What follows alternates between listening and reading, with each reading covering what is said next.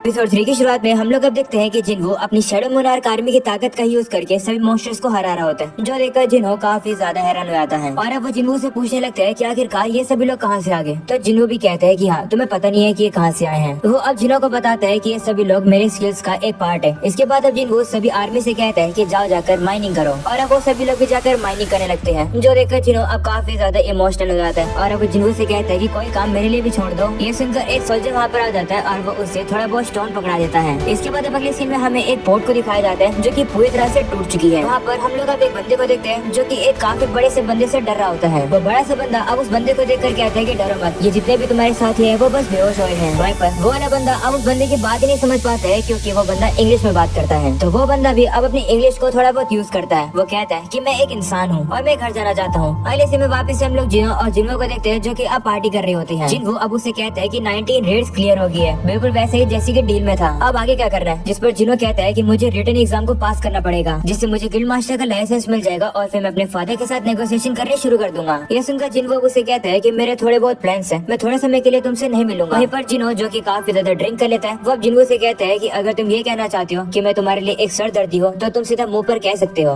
मैं आगे से आपको परेशान नहीं करूंगा। मेरा भी एक भाई है, लेकिन वो मुझसे 10 साल बड़ा है, पर मेरा भाई मुझे नहीं पसंद करता है, इसलिए हमारे बीच में कोई भाईचारा ही नहीं है। वहीं पर जो तुम हो, तुमने मेरी जान भी बचाई और तुमने मेरी कितनी मदद भी करी। काश तुम मेरे बड़े भाई होते। ये सुनकर जिन्हो खुश रहता है और अब उसको ड्रिंक सर्व करता है और कहता है कि अगर ऐसी बात है तो आज से मैं तुम्हारा एक बड़ा भाई हूँ। ये सुनने के बाद जिन्हो अब काफी ज्यादा इमोशनल हो जाता है और वो अब जिन्हो के साथ फिर से पार्टी करने लगता है, वो भी काफी खुश होकर। इसके बाद अब अगले सीन में हमें अब उसी बंदे को दिखाया जाता है जिसे कैप्चर करके रख लिया गया है। वहीं पर उसको जो पकड़ने वाले होते हैं वापस में बात कर रहे होते हैं कि आखिरकार ये बंदा कहाँ से है। जिस पर दूसरा बंदा कहता है कि ये बंदा कह रहा था कि ये एक फॉरेन का हंटर है और ये 10 साल से किसी गेट के अंदर ट्रैप था और अब उसे एक एग्जिट गेट मिल चुका है जो कि सीधा उसे अमेरिका में ले आया है। और क्योंकि ये हंटर इंग्लिश में बात नहीं करता है, हम लोग एक इंटरप्रेटर का वेट कर रहे हैं। ये बंदा ह्यूमनॉइड मैजिक बीस्ट भी हो सकता है, इसलिए हमने मदद के लिए एक एस रैंक के हंटर को बुला लिया है जो कि इंटरप्रेटर का काम करेगा। और वो हंटर और कोई नहीं बल्कि वांग डोंगसू होता है, जो कि अब प्लेन से वापस अमेरिका में आ रहा है। इसके बाद वो लोग आपस में बात कर रहे होते हैं कि आखिर इस बंदे का नाम क्या है। इस पर दूसरा बंदा कहता है कि इस बंदे का नाम हुआंग संग है। अगले सीन में अब सुबह होती है और अब जिन्हो अब जिना से कहते हैं कि मैं एक हफ्ते तक नहीं आऊंगा। जिस पर अब जिना भी कहती है कि तुम तो काफी बिजी रहने लगे हो, आखिर तुम किसके साथ जाने वाले हो। जिस पर जिन्हो कहता है कि मैंने कहा तो था कि मैं एक दोस्त के साथ जा रहा हूँ। इस पर जिना कहती है कि मुझे भी अपने दोस्त से मिलवाओ। इसके बाद अब अगले सीन में हमें दिखाया जाता है कि जिन्हो अब उसी कैसल में आ चुका है। जिन्हो अब याद करते हैं कि जब वो यहाँ पर पहले लड़ा था तब उस टाइम उसका लेवल 20 था, पर पिछली बार से अब जिन्हो का 3 गुना लेवल बढ़ चुका है। तो जिन्हो को लग रहा होता है कि आज उसकी फाइट इजी रहने वाली है। इसके बाद वो चाबी का यूज करके कैसल के गेट को खोल लेता है। जिन्हो अब जैसे अंदर आता है उसके सामने एक क्वेस्ट का सिंबल पॉपअप हो जाता है। उस क्वेस्ट में लिखा होता है कि इस कैसल में डीमंस रोम कर रहे हैं, यानी कि घूम रहे हैं। तुम्हें उन्हीं की सोल्स को इकट्ठा करना है।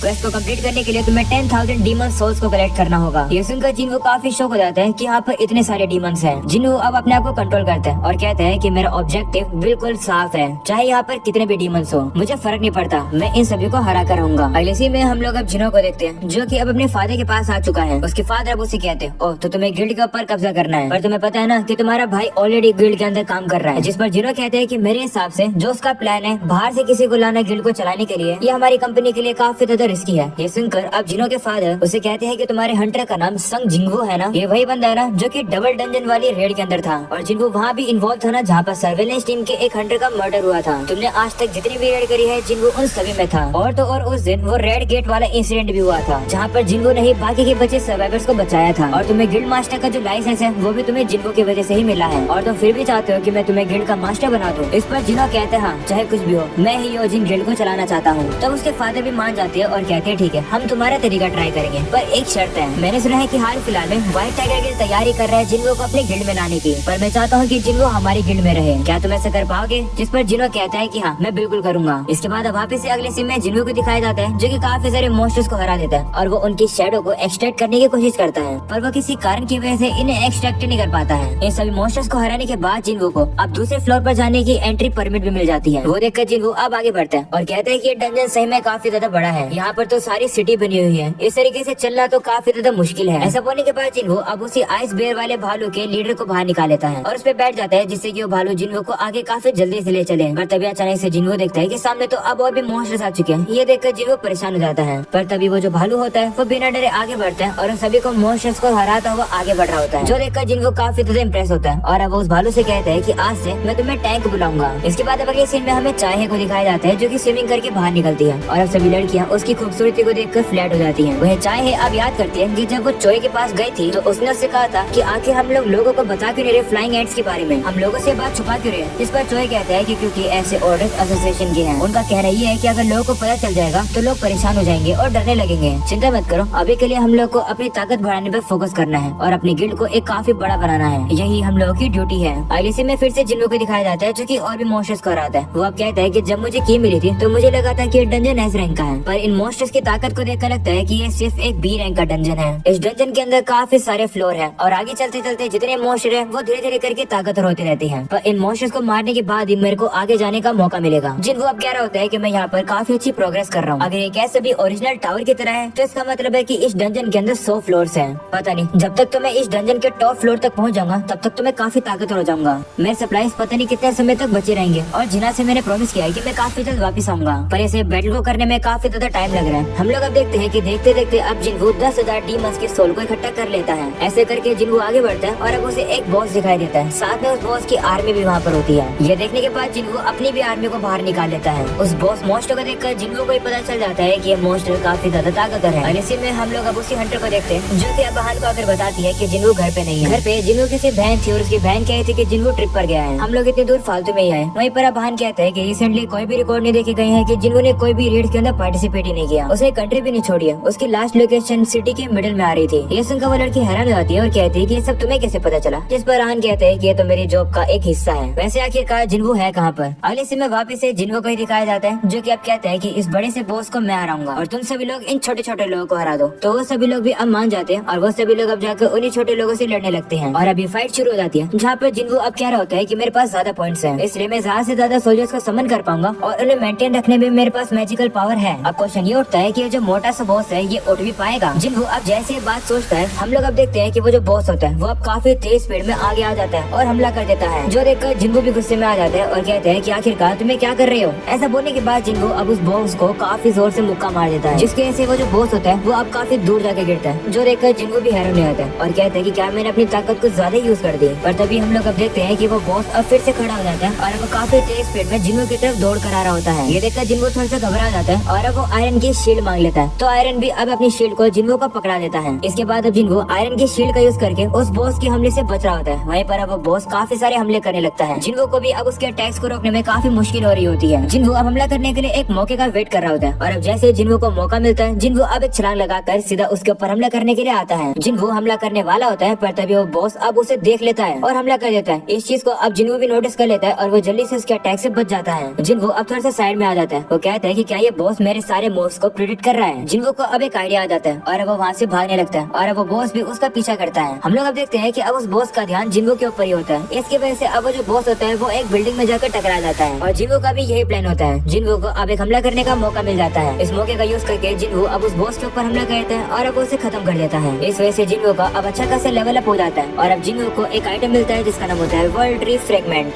और इसी में हम लोग दोंगसो को देखते हैं जो कि अब संघ के पास पहुंच जाता है और कहते हैं कि वो लोग कह रहे हैं कि तुम एक मैजिक बीस्ट हो जो कि बात कर सकता है। तो संघ कहता है कि नहीं, मैं एक इंसान हूँ, अगर तुम्हें प्रूफ चाहिए तो मैं अपना डीएनए टेस्ट दे दूंगा। जो सुनकर दोंगसो कहता है कि चुप हो जाओ, मैं तुम्हारी आवाज नहीं सुनना चाहता हूँ। वैसे भी मुझे गुस्सा आ रहा है क्योंकि मेरा मजा किरकिरा कर दिया तुमने। इसके बाद दोंगसो रिपोर्ट को पढ़ रहा होता है, तभी संघ उससे कहता है कि क्या मैं तुमसे कुछ पूछ सकता हूँ, जिस पर दोंगसो कहता है चुप हो जाओ। पर संघ अब उसे कहने लगता है, तो अब उसे कहता है कि ह्यूमैनिटी को गेट्स और मैजिक बीस्ट के बारे में कितना पता चला है। ये सुनकर दोंगसो कंफ्यूज हो जाता है और कहते हैं कि तुम क्या कहना चाह रहे हो। तो अब संघ कहता है कि जो डंजन्स, गेट और बीस्ट है वो तो कुछ भी नहीं है। एक ऐसी ताकत जो कि अल्टीमेट तबाही ला सकती है वो चीज अवेकन हो चुकी है। मुझे ज्यादा तो उसके बारे में नहीं पता है पर मैं उस कैटास्ट्रोफी यानी कि उस तबाही को रोकना चाहता हूँ, यही मेरा गोल है। ये सुनकर दोंगसो कहते हैं कि अपनी बातों को बंद करो, तुम्हें पता है कि इस दुनिया के अंदर कितने सारे हंटर्स हैं, वो अपने आप ही अकेले संभाल लेंगे। जिस पर संघ कहता है कि नंबर्स काम नहीं आएंगे क्योंकि खतरा ही कुछ ज्यादा बड़ा है और हंटर्स को ही डिवावर कर लिया जाएगा और हमारे खिलाफ यूज कर लिया जाएगा। ये सब सुनकर दोंगसो से कहते हैं कि काफी अजीब बात है कि तुम्हारा तो एक नाम भी है, साथ में तुम्हारी एक वाइफ भी है और 2 बच्चे भी हैं। दोंगसो अब उसकी रिपोर्ट को पढ़ता है और कहते हैं कि क्या तुम्हें अपने बच्चे का नाम याद है। तो वो कहते हैं हाँ, मेरे बच्चे का नाम जिन्हो है। इसका मतलब है कि ये जिन्हो का पापा है। वो अब दोंगसो से कहते हैं कि तुम इतने खतरनाक तरीके से मुझे क्यों देख रहे हो। जिस पर दोंगसो कहते हैं कि मैं तुम्हारे क्वेश्चन का जवाब नहीं दूंगा पर मैं तुम्हें इतना बता सकता हूँ कि तुम्हारा बेटा मारा जा चुका है। अगर तुम्हें उससे कुछ कहना है तो तुम भी मर जाओ और जाकर उससे मिल लो। ऐसा बोलने के बाद अब दोंगसो उससे लड़ने के लिए तैयार हो जाता है। वहीं पर जिन्हो के फादर भी लड़ने के लिए तैयार हो जाते हैं। अलिसी में वापस हम लोग अब जिन्हो को देखते हैं जो कि फिर से काफी सारे मॉन्स्टर्स को मार के आगे बढ़ता है। वहीं जिन्हो ये सब चीजों को रियलाइज करता है कि आज की फाइट उसके लिए काफी ज्यादा इजी है। है। वो अब कहने लगता है कि मुझे पता नहीं था कि मेरी आर्मी इतनी ज्यादा ताकतवर है कि अनडेड भी मुझसे डर रहे हैं। ऐसा बोलने के बाद जिंगू अब काफी तेजी से जाता है और अनडेड किंग को भी मार देता है। इस वजह से जिंगू का अब काफी अच्छा खासा लेवल अप हो जाता है। इसके बाद अब अगले सीन में हमें दोंगसुक और जिंगू के फादर की फाइट की एंडिंग दिखाई जाती है। उन लोग की फाइट की वजह से काफी ज्यादा तबाही मच चुकी है। वो देखकर अब एक बंदा कहता है कि मैंने सुना था कि जब एस रैंक के हंटर्स आपस में लड़ते हैं तब काफी तबाही हो जाती है, पर ये तबाही तो उससे भी ज्यादा खतरनाक थी। वो बंदा इतना ज्यादा ताकतवर था कि दोंगसुक काफी जल्दी हार गया। और इसी में वापस से जिन्हों को दिखाया जाता है। वो कहते हैं कि अब मेरा खाना खत्म हो चुका है, इसका मतलब है कि अब मुझे आगे नहीं जाना चाहिए। इस समय पर मैं 75 फ्लोर पर हूँ, इसका मतलब 25 फ्लोर और रहते हैं। अभी मुझे आगे और भी चलना है, पर कोई नहीं, आज मुझे जितना फायदा हुआ वो काफी काम का था। मुझे उस मोटे से बॉस को हराने के बाद एक इयररिंग मिला